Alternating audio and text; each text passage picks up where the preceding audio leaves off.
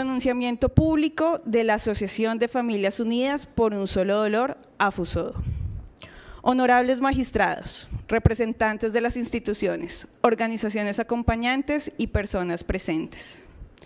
Nuestra organización nació entre 2008 y 2009, después de que mi hijo fuera asesinado y desaparecido por integrantes del batallón La Popa y La Furet. Al principio creíamos que era un caso aislado, pero pronto descubrimos que éramos decenas de madres viviendo la misma tragedia. En junio de 2008 me entero del falso combate en el que quisieron decir que Douglas era guerrillero del Frente 59 de las FARC. Y en octubre decidió publicar en el periódico El Heraldo para saber si otras madres también estaban pasando por lo mismo que yo. Así nació AFUSODO, no solamente para acompañarnos en el dolor, sino para buscar la verdad y encontrar nuestros restos cuando nadie quería escucharnos. Desde hace casi 20 años hemos luchado contra el miedo, la estigmatización y el silencio. Tuvimos que gritar a muchas voces que nuestros hijos no eran guerrilleros, sino civiles inocentes. Nos convertimos en investigadoras, aprendimos de expedientes, de necropsias, de procesos judiciales y de derechos humanos, porque el Estado no hizo esa tarea por nosotras. Fuimos las familias quienes impulsamos las investigaciones, quienes insistimos para sacar los casos de la justicia penal militar, quienes buscamos a nuestros desaparecidos y quienes logramos recuperar decenas de cuerpos para darles una sepultura digna. Esta historia debe ser reconocida. La verdad que hoy se conoce no nació en los despachos, nació de la persistencia de las madres. También fuimos reconocidas en Barranquilla como una organización de referencia. Hicimos parte de espacios del MOVICE, de la Coordinación Colombia-Europa-Estados Unidos, y trabajamos con organizaciones nacionales e internacionales que creyeron en nuestra palabra cuando muchos nos llamaban mentirosas. Por eso queremos expresar un profundo agradecimiento a quienes caminaron con nosotras durante todos estos años, a la Organización de Derechos Humanos, a la Oficina del Alto Comisionado para las Naciones Unidas, al Comité Internacional de la Cruz Roja, a Infancia Feliz, a la Fundación Comité de Solidaridad con los Presos Políticos, a Oxfam, que nos financió los tropezones cuando nadie quería, al senador Iván Cepeda Castro, a los periodistas que rompieron el silencio, a la Fiscalía 63 y la Fiscalía 54 de Derechos Humanos y a todas las personas que decidieron ponerse del lado de las víctimas cuando hacerlo implicaba enormes riesgos. Sin ese acompañamiento, muchas de nosotras no estaríamos hoy aquí. Dejamos constancia pública y crítica sobre una de las decisiones institucionales más nefastas y erradas de la historia del juzgamiento de estos crímenes. La estrategia del Estado de trasladar y dirimir los expedientes judiciales en los mismos pueblos y municipios donde se ejecutaron las masacres y las ejecuciones extrajudiciales. Esta medida ignoró por completo las dinámicas de terror impuestas por los actores armados y sumió en la indefensión absoluta a los operarios de la justicia ordinaria en las regiones. Los mismos jueces en los municipios no lo manifestaban con impotencia y temor justificado. ¿Cómo nos piden que juzguemos a esta gente si ellos son los mismos que supuestamente nos cuidan en el territorio? Como AFUSODO, comprendemos desde un enfoque profundamente humano y realista que estos funcionarios locales, en muchas ocasiones jóvenes profesionales de escasos 25 años, se vieron forzados a priorizar sus propias vidas y las de sus familias. En un contexto territorial hostil, donde una pequeña comisión judicial de 5 personas debía confrontar la presión de más de un centenar de efectivos armados en pleno monte. La judicatura local quedó maniatada por el miedo. No justificamos la parálisis judicial, pero denunciamos la total irresponsabilidad del Estado central que pretendió lavar su culpa delegando el juicio de crímenes de lesa humanidad a jueces desprotegidos, sembrando el camino de la impunidad territorial. Ante el parálisis de los despachos locales amenazados, fueron las víctimas quienes asumieron el relevo de la valentía. Quiero decir también que AFUSODO llegó a la JEP desde sus inicios. En 2008 comenzamos este camino, en 2018 comenzamos este camino y en 2019 presentamos nuestro informe ante el magistrado Óscar Parra. Nosotros no descubrimos la existencia de un patrón gracias a la JEP, llegamos porque ya habíamos construido esa verdad colectivamente durante años de lucha. Ya sabíamos que nuestros casos hacían parte de una práctica sistemática. Precisamente por eso hoy tenemos expectativas muy altas frente a esta jurisdicción. Esperábamos que esta audiencia fuera un escenario para profundizar la verdad sobre las estructuras que hicieron posibles estos crímenes.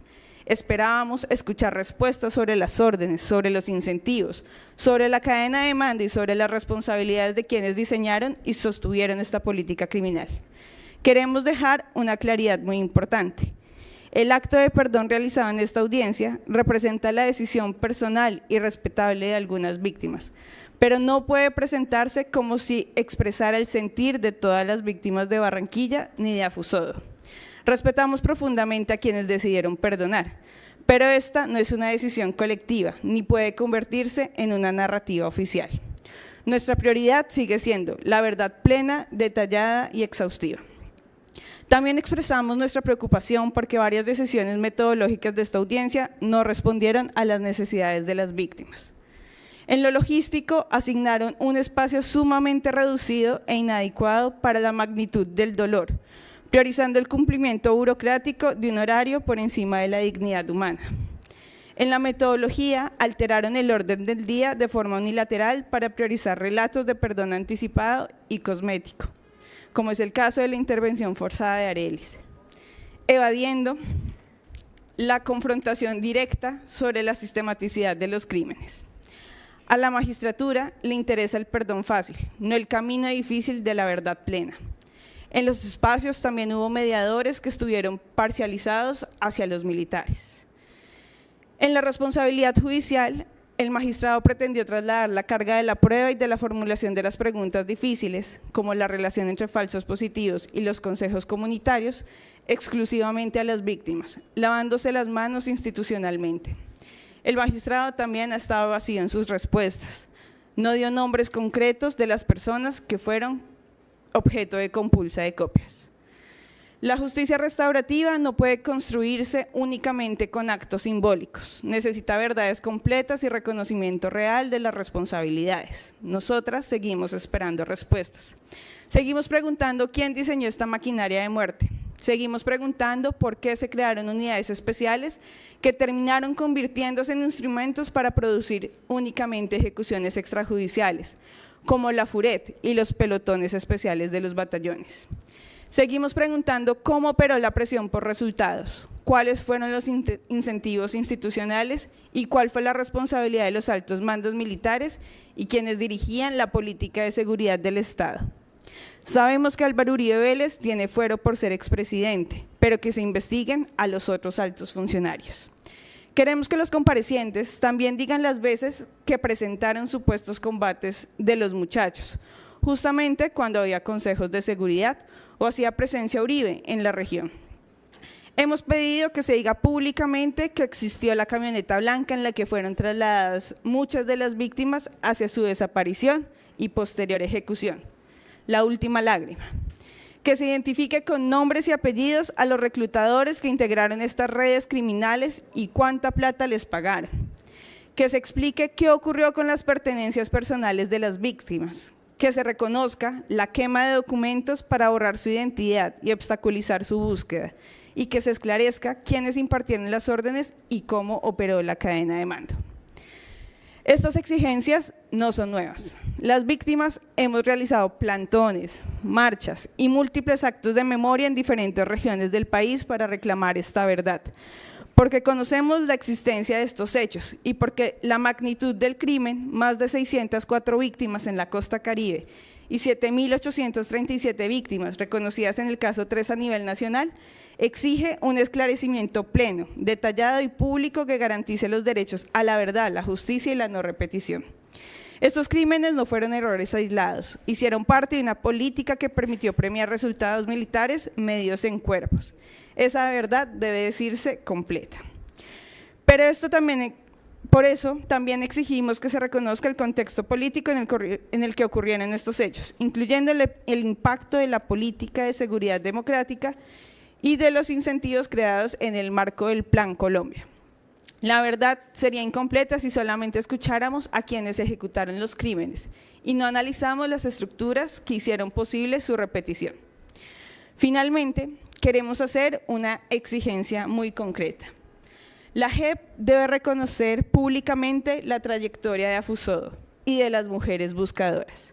Nuestra organización no solamente ha sido víctima, también ha contribuido de manera decisiva al esclarecimiento de la verdad. Ese reconocimiento hace parte de la reparación restaurativa. Asimismo, insistimos en que las instituciones del Estado, incluida la Unidad para las Víctimas, reconozcan plenamente la desaparición forzada que sufrieron muchas de nuestras familias y las afectaciones específicas derivadas de este crimen. La JEP debe impulsar una articulación efectiva y permanente con la Unidad de Búsqueda de Personas Dadas por Desaparecidas y el Instituto Nacional de Medicina Legal y Ciencias Forenses. Hay cuerpos que llevan años en los laboratorios sin que se haya entregado efectivamente a sus familiares, de manera que este esclarecimiento judicial se traduzca en resultados concretos para las familias. Deben trabajar mancomunadamente las instituciones por el bienestar de nosotras las víctimas. Es una responsabilidad de todos, no de nosotros.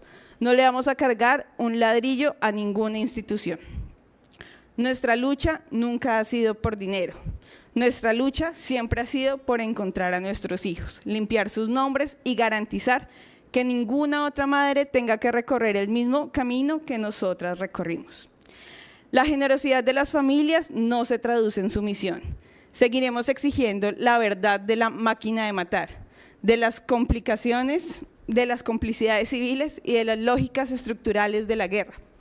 Pero lo haremos bajo nuestras reglas de dignidad, dejando nuestras exigencias radicadas de manera formal y por escrito.